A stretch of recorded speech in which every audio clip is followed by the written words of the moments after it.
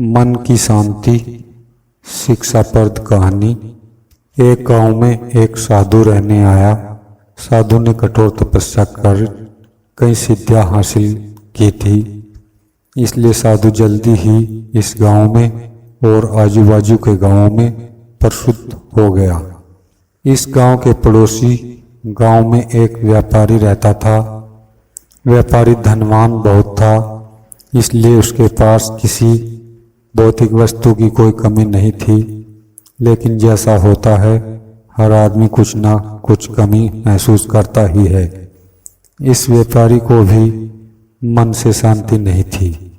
मन से शांति पाने के लिए व्यापारी कई तरीके के नुस्खे आजमा चुका था, लेकिन किसी ने भी उसे सफलता नहीं मिली थी। गांव के लोगों से साधु के बारे में काफी प्रशंसा सुनने के बाद व्यापारी ने तय किया कि वह इस साधु से जाकर मिलेगा और उनसे उसकी समस्या का समाधान मांगेगा। हो सकता है अपनी सिद्धियों के बल पर वह उसे मन में शांति लाने में मदद करे। अगले दिन व्यापारी साधु जहां रहता था उस कुटिया के पास पहुंच गया। व्यापारी ने अपने मन की सारी बात साधु को अच्छे से बताई।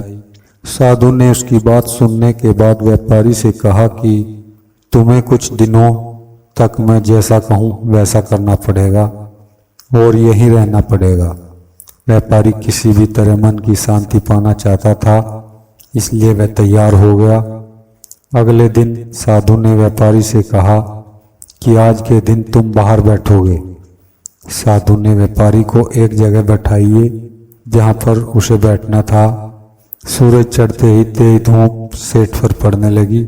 सेठ ये देखकर हैरान था कि साधु खुद कुटिया के अंदर छाया में बैठा है और उसे धूप में बिठा कर रखा है। व्यापारी को काफी गुस्सा आया, लेकिन वह किसी तरह अपने गुस्से को पी गया। अगले दिन साधु ने व्यापारी को फिर से उसी जगह बिठाया और इस दिन उसे खाना नहीं मिलेगा, यह भी बताया। व्यापारी को समझ में नहीं आ रहा था कि ऐसा क्यों कर रहा है।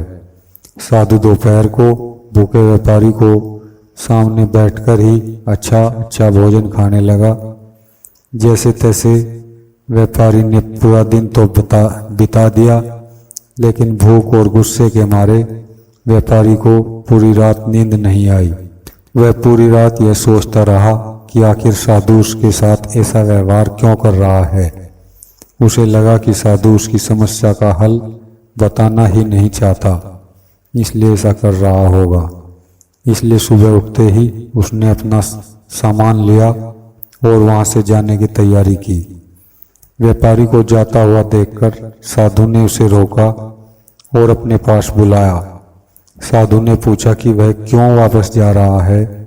व्यापारी ने कहा कि वह जो पाने के लिए यहाँ आया था वह उसे मिला ही नहीं, इसलिए उसका वहाँ पर रहना व्यर्थ है। साधु ने उससे कहा कि मैंने तुम्हें बहुत कुछ दिया, लेकिन तुमने कुछ लिया ही नहीं। व्यापारी को कुछ समझ में नहीं आया। वह बोला, आपने तो मुझे कुछ भी नहीं दिया। साधु ने कहा कि जब मैं तुम्हें धूप में बिठाकर खुद छांव में बैठा, तब मेरे सर पर पड़ने वाली छांव तुम्हारे किसी काम की नहीं है। यह तुम्हें समझ जाना चाहिए था। तुम नहीं समझे, तब मैंने तुम्हें भूखा रखा और तुम्हारे सामने अच्छा भोजन खाया, तब भी तुम नहीं समझे कि मेरा खाना खाने से तुम्हारा पेट नहीं भरने वाला।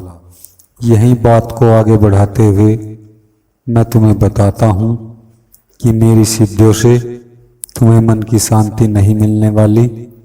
जैसे तुमने अपने परिश्रम से धन, नाम, रुतबा सब कमाया है, वैसे ही तुम्हें अपनी मन की शांति भी खुद ही कमानी होगी। व्यापारी साधु की बात समझ गया और उसने साधु से कहा कि मैं यहाँ किसी ताबीज या किसी वस्तु को पाने की आशा से आया था, लेकिन आपने मुझे उससे भी कीमती चीज दे दी। उसने साधु को धन्यवाद किया और खुशी खुशी अपने घर वापस लौट गया। दोस्तों, हमारे जीवन की परेशानियां हम ही हल कर सकते हैं। हाँ, किसी और से हम उन्हें हल करने का रास्ता जरूर जान सकते हैं, लेकिन कोई और व्यक्ति उन्हें हमारे लिए कभी हल नहीं कर सकता।